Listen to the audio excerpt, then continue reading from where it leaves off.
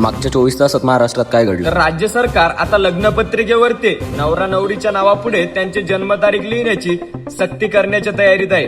दुसरी बातमी येते पुण्यातील नरसापूरमधून. येथील 3.5 वर्षाच्या चिमुकलीवरती अत्याचार आणि हत्या प्रकरणात आरोपी भीमराव कांबळे याला कोर्टाने दोषी ठरवलंय. या प्रकरणात आरोपीला मृत्यूदंड किंवा जन्मठेपेची शिक्षा दिली जाऊ शकते. तिसरी बातमी आहे शिवसेना ठाकरे गटातून फुटून शिवसेना शिंदे गटात गेलेल्या संजय दिना पाटील यांनी पत्रकारांसमोर पत्रकारांना मारण्याची धमकी देत शिवीगाळ केली. हे बघून असं वाटतंय कुठे नेऊन ठेवलाय महाराष्ट्र माझा. तर चौथी बातमी अशी आहे की क्रूड ऑइलच्या किमती मोठ्या प्रमाणावरती कमी होऊ नये, पेट्रोलची प्राइस अजूनही 110 रुपयाच्या वरती आहे. पाचवी बातमी म्हणजे पुढील 48 तासात राज्यभरात पावसाचा जोर वाढणार आहे.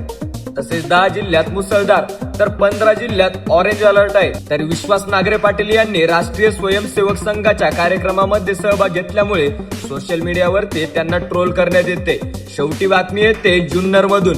येथे शेतकऱ्यांना सुमारे 2200 वर्ष पूर्वीचे सातवाहनकालीन अवशेष आढळून आले आहेत. सापडलेल्या अवशेषांवरून असे दिसून येते की तेथील लोकांना मणी आणि दागिने बनवण्याचे प्रगत तंत्रज्ञान अवगत होते. तर या होत्या मागच्या 24 तासातील महाराष्ट्रातील बातम्या, ज्या आम्ही दररोज तुमच्यासाठी घेऊन येणार आहोत.